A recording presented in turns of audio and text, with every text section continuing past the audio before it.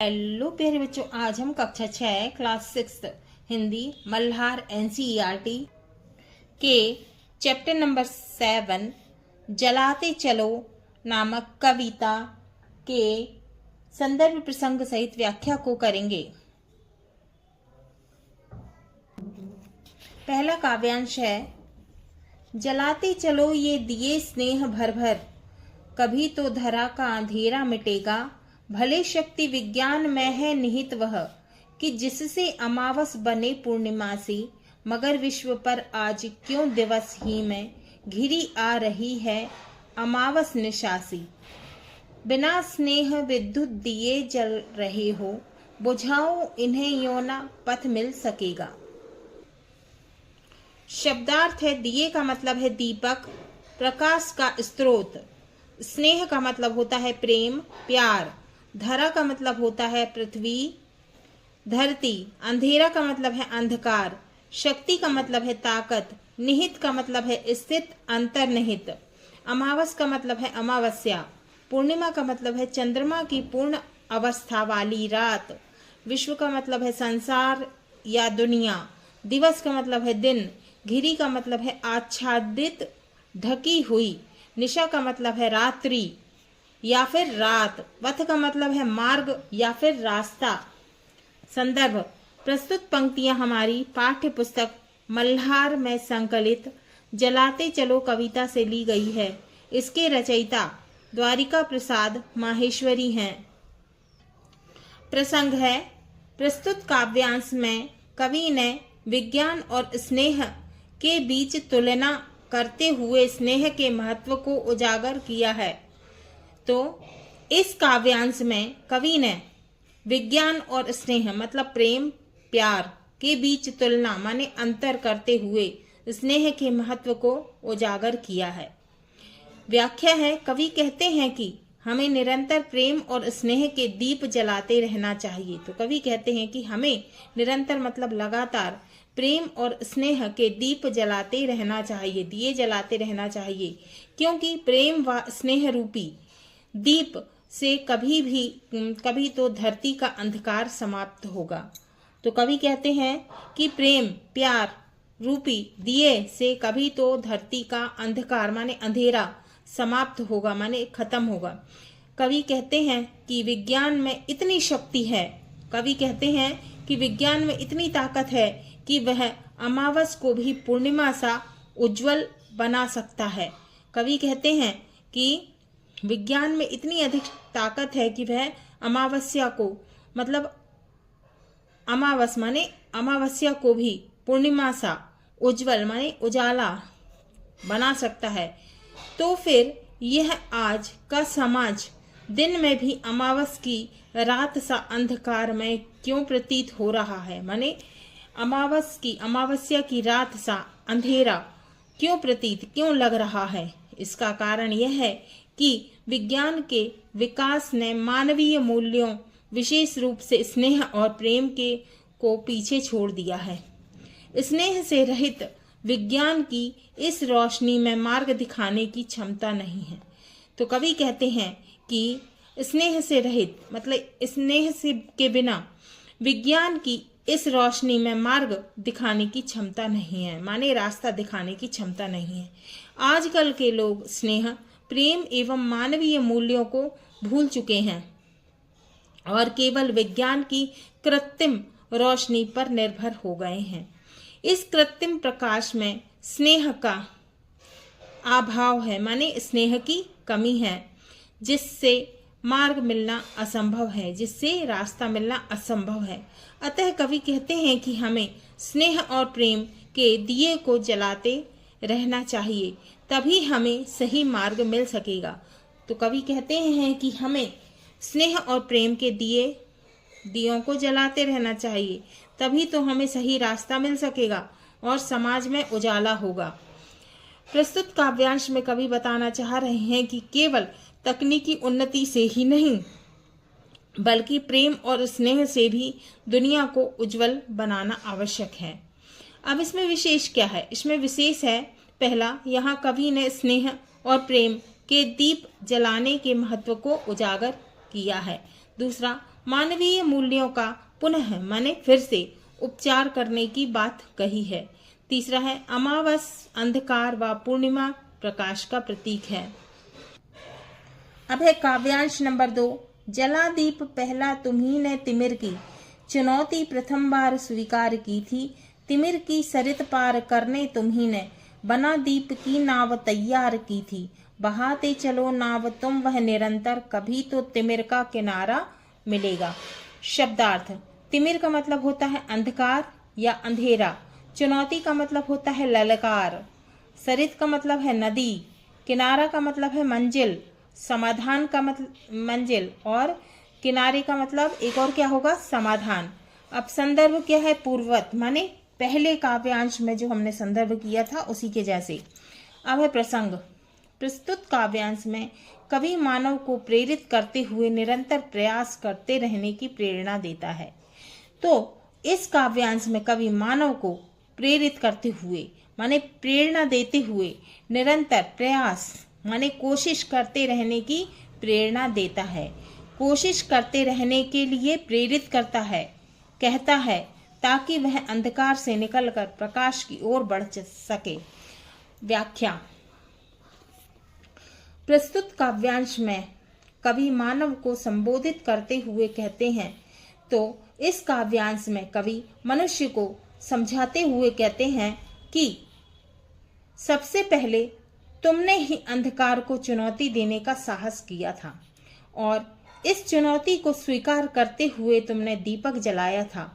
इस जलते दीपक के माध्यम से तुमने अंधकार की नदी अर्थात तिमिर की सरित को पार करने की कोशिश की और उसके लिए दीपक की नाव तैयार की।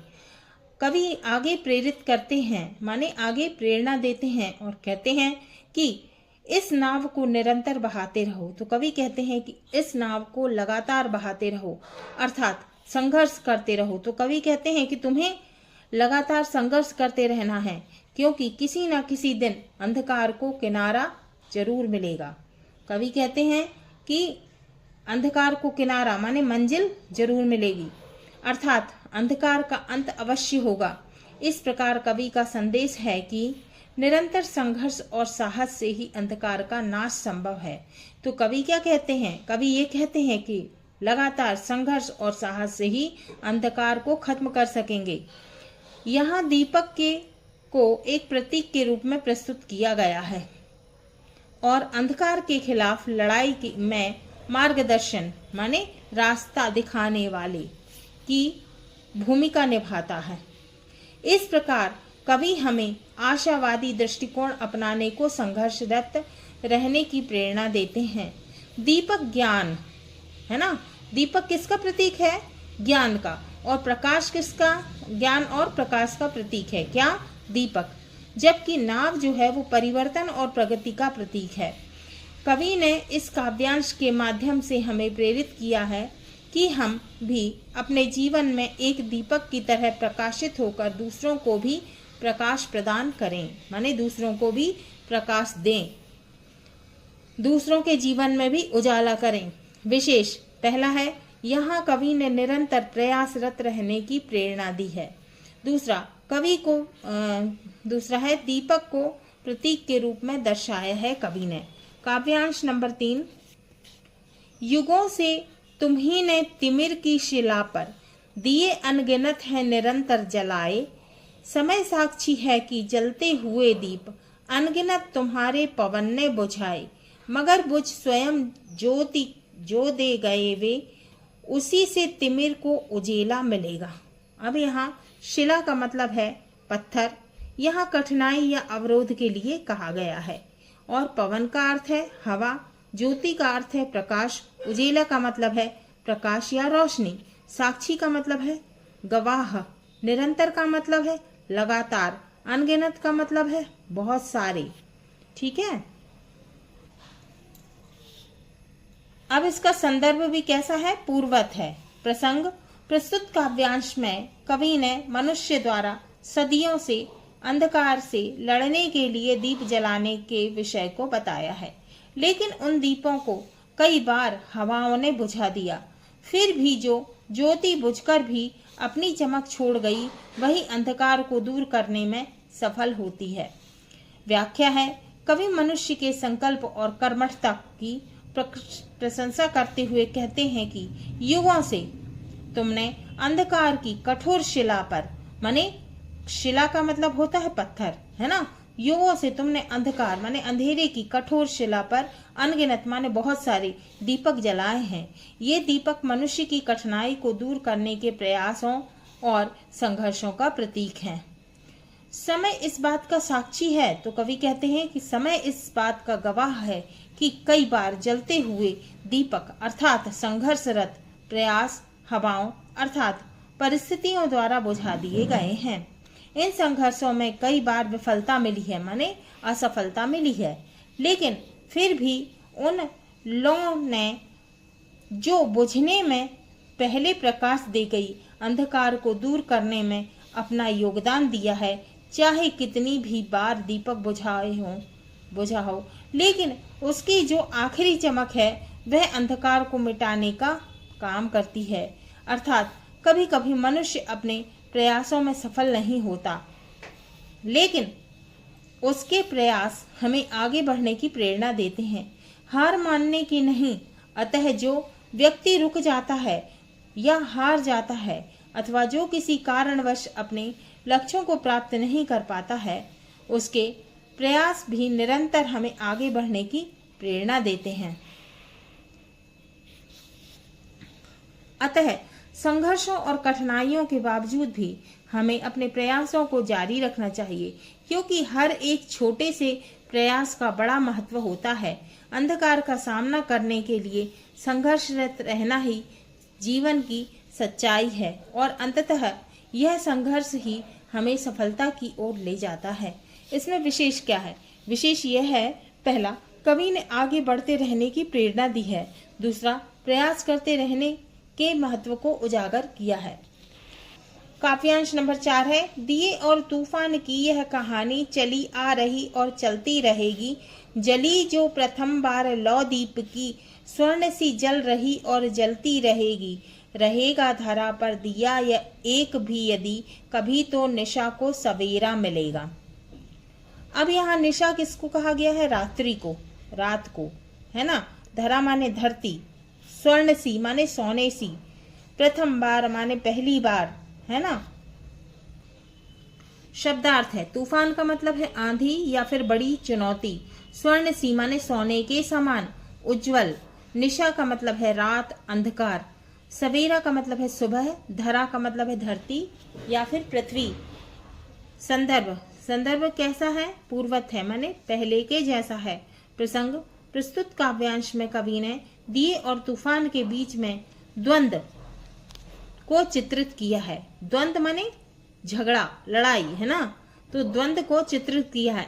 कवि ने यहाँ दिए और तूफान के प्रतीकों का उपयोग करके यह बताया है कि किस प्रकार एक दृढ़ व्यक्ति अपने संकल्प और प्रयासों से तमाम कठिनाइयों का सामना कर सकता है। व्याख्या, कवि कहते हैं कि दीपक और तूफान की कहानी सदियों से चली आ रही है और आगे भी चलती रहेगी। यह कहानी प्रतीकात्मक रूप से इस बात की ओर संकेत करती है कि जीवन में कठिनाई और विपरीत परिस्थितियां हमेशा आती रहेंगी, लेकिन यदि मनुष्य दृढ़ता और साहस के साथ आशा रूपी दीपक को जलाए रखता है तो वह हर कठिनाई को पार कर सकता है। जिस प्रकार दीपक की लौ पहली बार जलने के बाद सोने जैसी चमक के साथ जलती है, उसी प्रकार एक बार जब मनुष्य ने संघर्ष और सकारात्मकता का मार्ग माने रास्ता अपनाया तो वह जीवन की कठिनाइयों का सामना करते हुए उज्जवल माने प्रकाश भरे भविष्य की ओर बढ़ता रहेगा। कवि कहते हैं कि यदि संसार में एक भी व्यक्ति ऐसा है जो प्रेम, स्नेह, प्यार और सहृदयता का संचार करता है रहे, तो इस धरती पर अंधकार अर्थात नकारात्मक भाव और निराशा को समाप्त कर उजाले का सकारात्मक भाव आगमन होगा। यह व्यक्ति एक नई सुबह की शुरुआत करेगा जहां प्रेम और सहिष्णुता का राज्य होगा। इस प्रकार कवि मनुष्य को निरंतर मतलब लगातार आशावाद बने रहने और कठिनाइयों का साहस पूर्वक सामना करने की प्रेरणा देते हैं, क्योंकि यही जीवन का सार है, यही जीवन का अर्थ है। विशेष, इसमें विशेष है, पहला, दृढ़ता व आशा रूपी दीपक को जलाए रखने की बात की गई है। दूसरा, निराशा को समाप्त करके आशा का भाव जागृत करने को कहा गया है। तीसरा, दीपक की लौ की तुलना सोने की चमक के समान की गई है। हाँ तो बच्चों, ये हमारे चैप्टर नंबर 7 जलाते चलो नामक कविता के संदर्भ प्रसंग सहित भावार्थ व्याख्या पूरी हुई। अगले वीडियो में हम इसके प्रश्नों के उत्तर क्वेश्चन आंसर सॉल्व करेंगे।